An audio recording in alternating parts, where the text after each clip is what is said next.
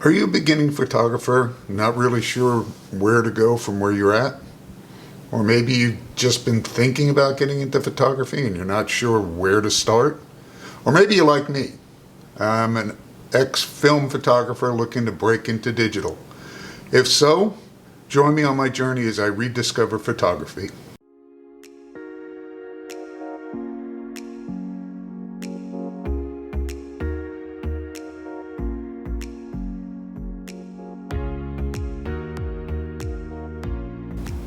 Hi, my name is Jim, and I'm looking to get back into photography after many years.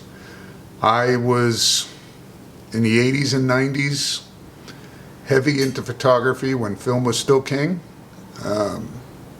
Late 80s, early 90s, I was in a photography course at local college. Had a lot of fun with photography. And developed some skills. But now with digital everything, it's a little different, and I need to get back to the basics and figure out digital photography. Give you an idea of what I used to work with. So this was my camera of choice back when I was in my photography course. This is an older Toyo View 4x5, and it was an excellent camera. Is an excellent camera. Here's where you focus. You project the image on that screen.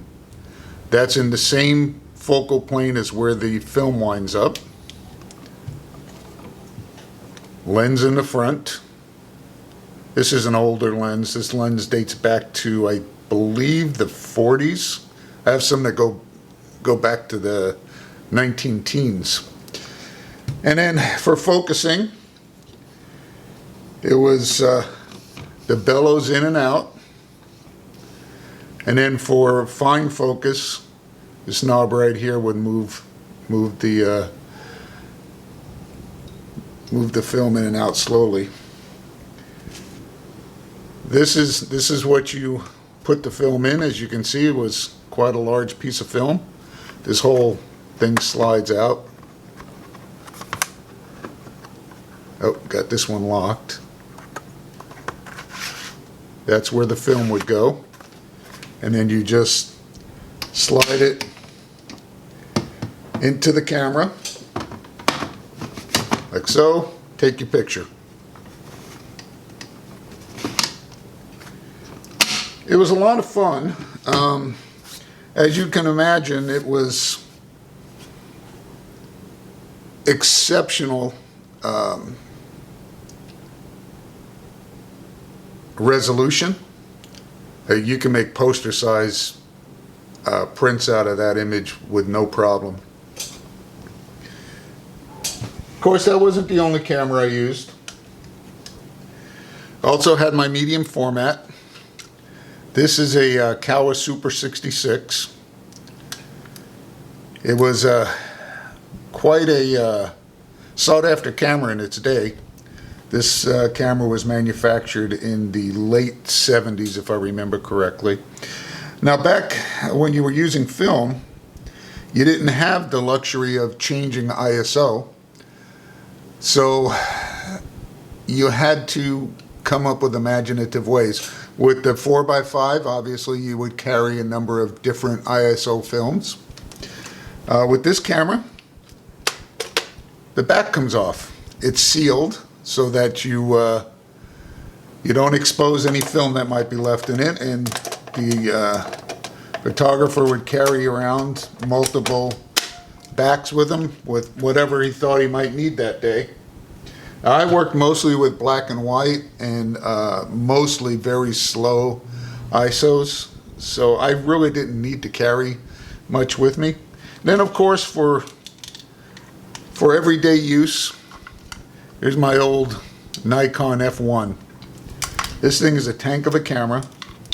If I remember correctly, the body is milled out of a solid piece of aluminum, and you can tell it weighs. This is a workhorse camera. In its day, this was one of the most sought after cameras that Nikon made.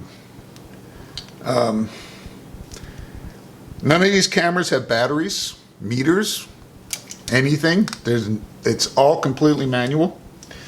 For metering,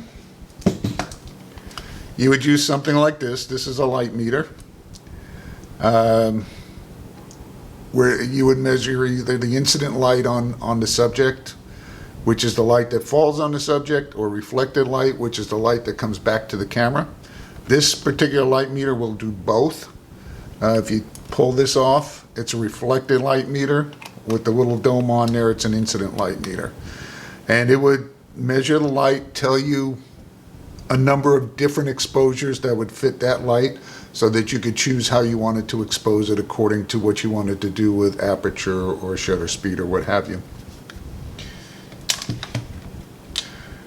But that's all in the past. What am I using now? Well, for these videos, I'm going to be using this Canon.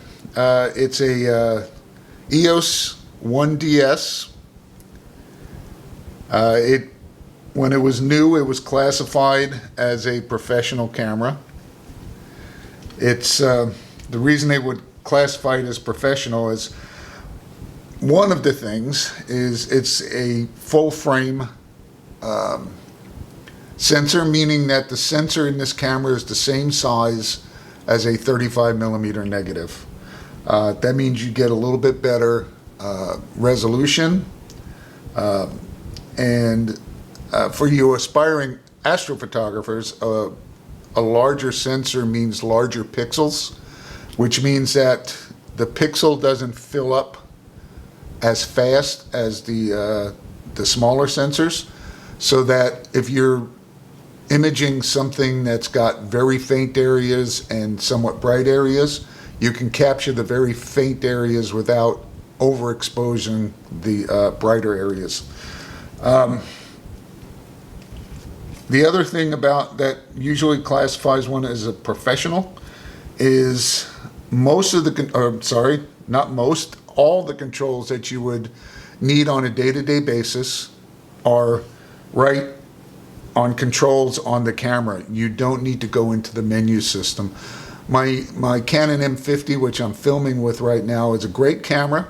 It's wonderful. It's a mirrorless camera, very light, very easy to use, but just about everything you have to do, you need to get into the menu system, and it's distracting and it slows you down. For example, this one here, to change the ISO, I just push this button. It enables ISO on this wheel. Just spin it back and forth, change it. If I want to change the mode I'm shooting in, right here, it's just very convenient. Now it looks like I've got a lot of expensive equipment. Not really. I spend a lot of time on the used market.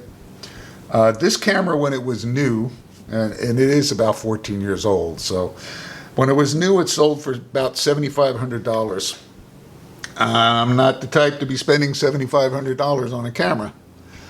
I picked it up off of eBay for a little over $300. But of course I had to get lenses for it. Now this is a Sigma 50mm. This lens new sells for just under $1,000. I think it's $990, something along those lines. Picked it up on eBay for $200. If you're very careful, and you do need to be a bit careful, you can get some excellent deals on camera equipment and set yourself up quite well. I've got that 50mm, a 24mm macro, which I picked up for about $240, and an 85mm, which would be classified a portrait lens. That one was $180. All three came out of Japan and got here quickly. Didn't take a month. As a matter of fact, I got one of the lenses the next day. So keep your eyes open. The used quality equipment is out there. Like I said, this camera here is about 14 years old. Everything on it works perfectly. I've tested every function and it just works. I'm very pleased with it. So, what do I mean by back to the basics? Photography is a skill. It's a learned skill. And like many learned skills, it is a perishable skill. If you don't keep in practice, you're going to lose the finer elements of what to do. Rapidly be able to figure out what aperture you want, or maybe it's the shutter speed you're concerned about. These types of things you have to do often. So that's what we're going to do. Each video I'm going to cover a basic function: aperture, shutter, exposure. Don't just trust your camera to be correct with the exposure. There's compensation in there where you can do plus or minus. Sometimes the camera may see a difficult scene improperly. It's very common. So you need to learn how to tell that. Composition. Composition, that's one of the things about digital cameras that I think take away from the ability of the photographer. It tends to make everything feel like a point and shoot because everything is so easy. You don't have to think about what you're doing. And I think many people lose the composition, proper composition, that makes a great photograph out of a good photograph. So we'll cover some composition. Now, lighting. Lighting is probably the hardest thing to understand and do correctly. Both natural light and flash. Flash to me is very difficult. It took me a long time to understand how to use a flash properly, and I've forgotten all that. That's one of the things I'm going to have to spend some time on. We'll cover all this stuff as I go through all the different videos. And after we go through the basic stuff, we'll do some fun stuff. Like, for example, one of the things that I used to do with film photography, which I think will translate nicely to digital, is painting with light. Painting with light, you can do an absolutely shadowless picture, which is very common for product shots. Take a look at the product shots on different websites or magazines. You'll see there's no shadows. That's one of the things you can do with painting with light. And a few other things that I played around with film that I'm going to try to bring over to digital. And I'm open to suggestions. Once I get through the basic stuff, there's something you want to see, I'll give it a try.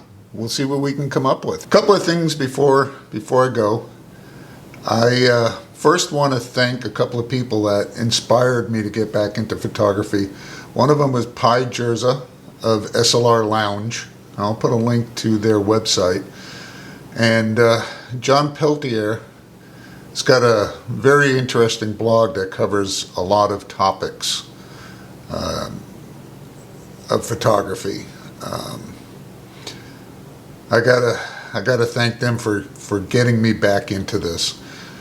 So also I'm planning on doing one video a week. However, life and work often intrude, so there may be times where I skip a week, but look for roughly one video a week. And once again, thanks for spending some time with me, and I'll see you next time.